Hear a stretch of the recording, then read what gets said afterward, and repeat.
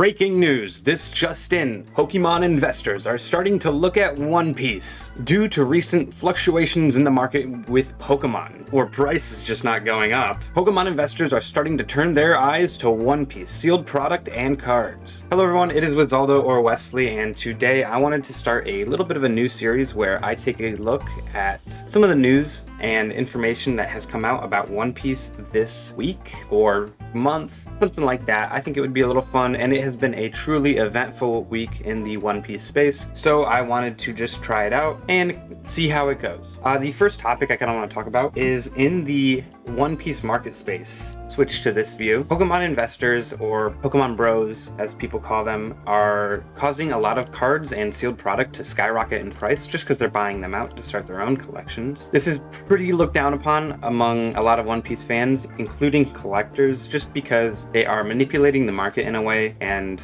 inflating the prices of some things that shouldn't have inflated prices. You can see the Devil Fruit collection right now has a market price of $145, which is insane. I remember buying these at Meyer like a year ago for $30 or something and not getting any hits out of it, so a little bit of regret there. But you can see the prices are kind of absurd for certain things. The gift collection kind of makes sense. This is a very old product, but certain other things like the Devil Fruit collection, which is not really that great of a product, or the Dawn card pack volume 2 going for $95, this is a bit absurd. The treasure booster set is nearly $100. I remember buying one of these for $40 a couple months ago and opening it. But I just want to highlight some of the cards that have jumped up in price. This is Zoro Juro SP. You can see about a couple months ago, it was $161, and then it climbed up in price to $173, and then just crazy inflation to $400 is the lowest listed at the moment.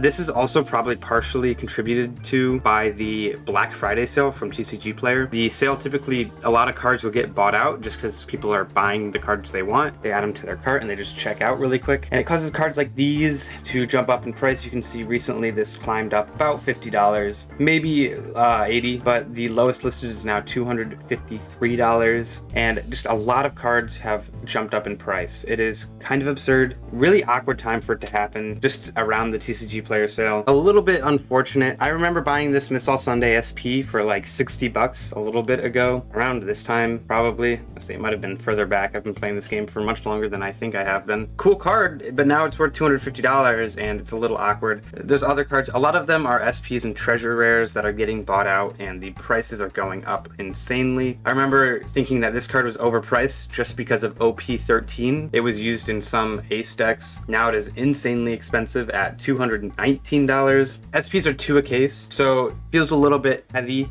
for the cards to be going for that much. But you can look up, if you look up treasure rare, I think TR should just work on the One Piece card game. The treasure rares are going for some insane prices. Let me start back here. You can see this Luffy here is going for $42. It's not playable at all, but the lowest listed is $42. I think that is kind of a price that it's kind of settled at without the buyouts, but it's definitely had like a $10 boost at least. The lowest listed Charlotte Pudding right now is $65. This was the price that people were selling them for at pre-release when this card first came out. There are no listings below $65. The Sanji treasure rare has a listing for $16. Let me pause recording real quick. But it is a little insane that this card is at $54 when it's only used in Reiju, and Reiju isn't a meta deck. It's kind of weird to say that the card's price should be based around how playable it is. I think this is an amazing art, but I don't think it's worth $50. And I know a lot of Pokemon investors will look at it like, oh, this art is cool, so it's going to go up. And I think that's fair. But at the same time, the hit rates in this game are so low, while also being so not low at the same time. They're like very mediocre hit rates that do not feel great all the time. So a lot of the market revolves around playability rather than art and all that stuff, especially because One Piece is just a played game at the moment. I don't really think it's worth collecting outside of for personal reasons, and finance reasons should not be considered in my opinion. Do your own research on all this. I do want to stress that this isn't like factual, like you shouldn't take my opinion as fact in this kind of thing. And yeah, that's kind of the end of this segment. The next segment I want to touch on is OP14 is releasing in the East now, which is very, very exciting. Let's go back to the newsroom and kind of touch on it a little bit. Sorry about the ads. I don't have ad block installed and I'm using a guest profile. A lot of the decks are now showing up on Eggman events if you want to take a look. They're put in by Eggman and Atrocious Jake.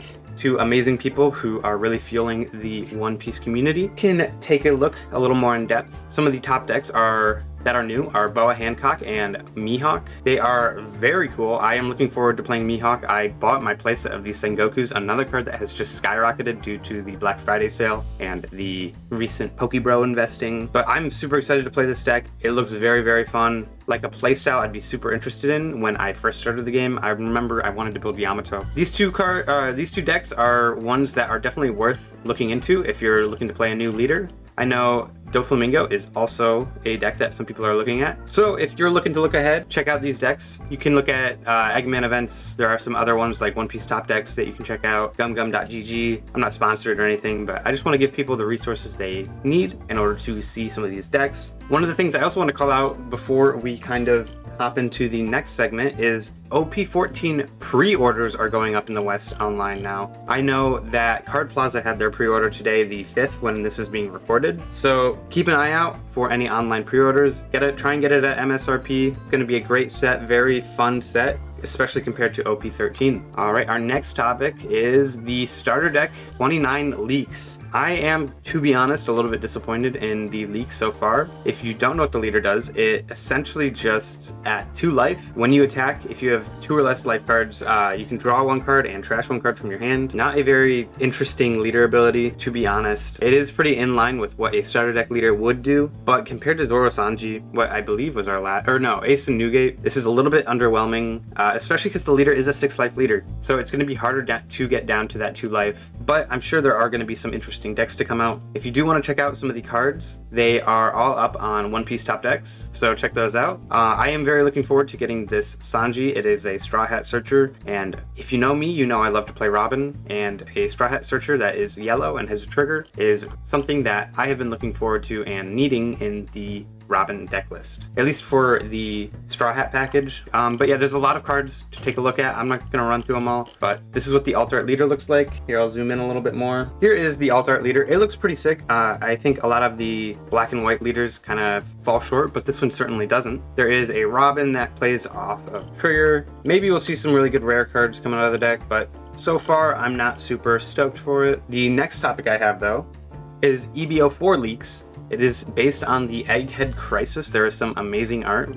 featuring Bonnie and Kuma. I'm not going to show it just because it is a spoiler for the anime, but there is some amazing art for the box to come out so far. We have seen some very, very interesting Animal Kingdom Pirates cards to come out. A king that has the Lunarian trait as well, so maybe we'll see a Lunarian deck, maybe featuring the Seraphims, or if in the future we see some lore surrounding Lunarians, we'll get a deck based on Lunarians and stuff like that. Also gotten this interesting Eleclaw, which has cost reduction for mink type leaders, some interesting resting mechanics in green as well, and this Isho, which looks like amazing Kuzan support. I'll open this up a little bigger. It's an Isho, it's an alt art, which looks sick. It's a 5 cost 7k. On play, you can trash 2 cards from your hand and force your opponent to trash 2 cards from their hand if they have 6 or more cards. And if you have a Dawn attached when attacking, you can trash a card from your hand and give one of your opponent's characters minus 2k. For the turn, Strong Body, it might actually just be what Kuzan needs, because Kuzan starts to really ramp up in the late game, but in the mid game and early game it gets pretty weak. I think it does need a weakness in the early game just because its hand can get so insane if left unchecked, but this could be what it needs to get the deck online. Random interruption, I'm sorry. As I was editing this video, some new EB04 cards got revealed, so I just want to include those in the video too. This Boa Hancock that on play draws 2 and trashes 1 from your hand. It's a 5 cost 7k, and it has a trigger to play 1 500 power or less trigger character from your hand, which is going to be really good, I think, in the Boa Hancock list that likes to play out the blocker that plays out a Boa on your opponent's turn to draw a ton of cards. So this should be really fun in it. I don't know if it's necessarily going to be meta, but its trigger is good and it might increase the number of triggers in the deck. It also is going to increase the number of 7 warlords in the deck, which if you're running the Sengoku that searches 7 warlords, which in my list I do, this is going to be a good inclusion for some card draw and hand filtering.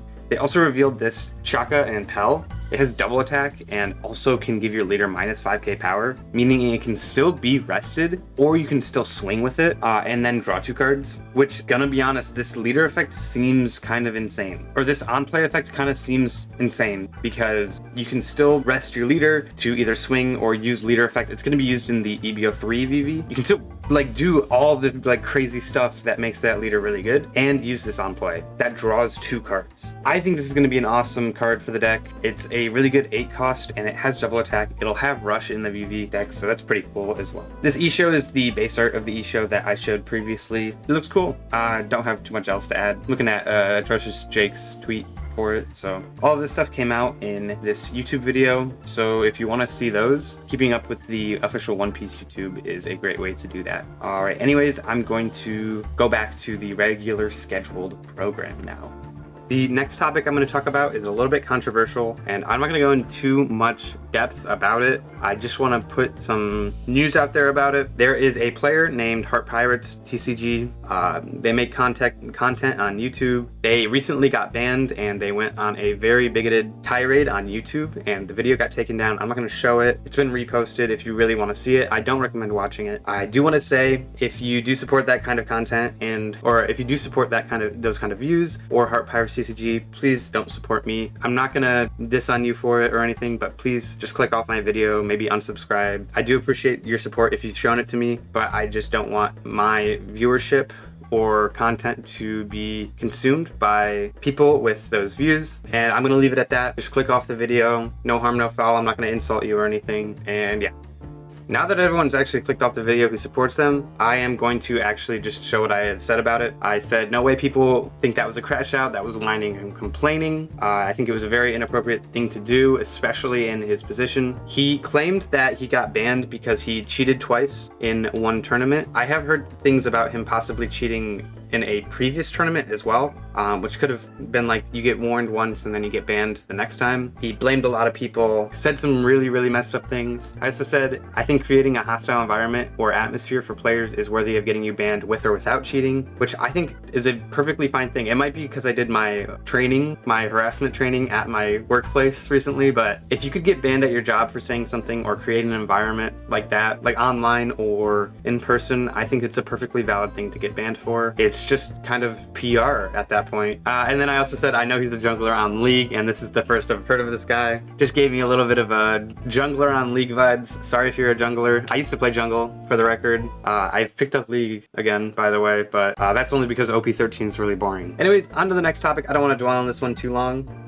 Bandai Cardfest signups are coming up very soon. They are going to be up on the 7th at 12 o'clock EST or 9 a.m. PST. I believe that's the correct conversion, but double check me. I believe this video is going to go up on the 6th or 7th. I will try and get it up on the 7th before signups go live. I do believe it is a lottery sign up though, so try and sign up as soon as possible if you can, if it is not a lottery, but you might have extra time to do so if it is a lottery. I also want to take a look at some of the products that you're going to be able to get for One Piece at Bandai Cardfest. There is this premium card collection volume 6, which I am excited for because it has a few cards that I am really interested in. There is this Luffy. I'm sorry, the image isn't really doing all that well. There is a really cool Luffy searcher for supernovas. There's a cool Tenmom, a Yamato, the Rush one that I really like in Ace, and the Supreme King Haki as well. Next up is the Nami playmat, the whole cake playmat. Really nice art. It comes with a really cool leader. It's going for 43 bucks, a little heavy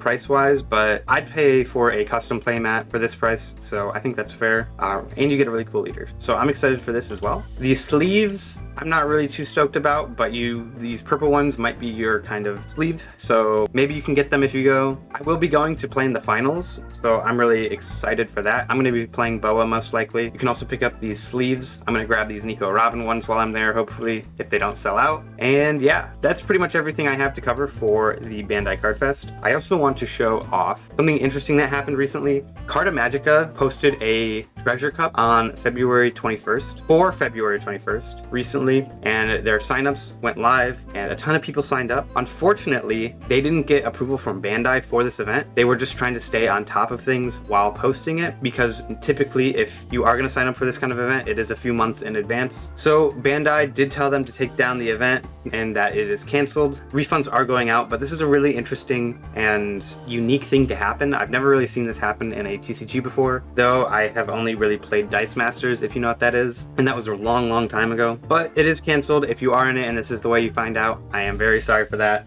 back to the newsroom. I am going to wrap up the video there. I am really appreciative of all the support. If you do want to support me in the future, please consider subscribing, leaving a like on this video, maybe a comment if you want to give input on anything. Thank you guys so much for watching, and I hope to see you in the next one.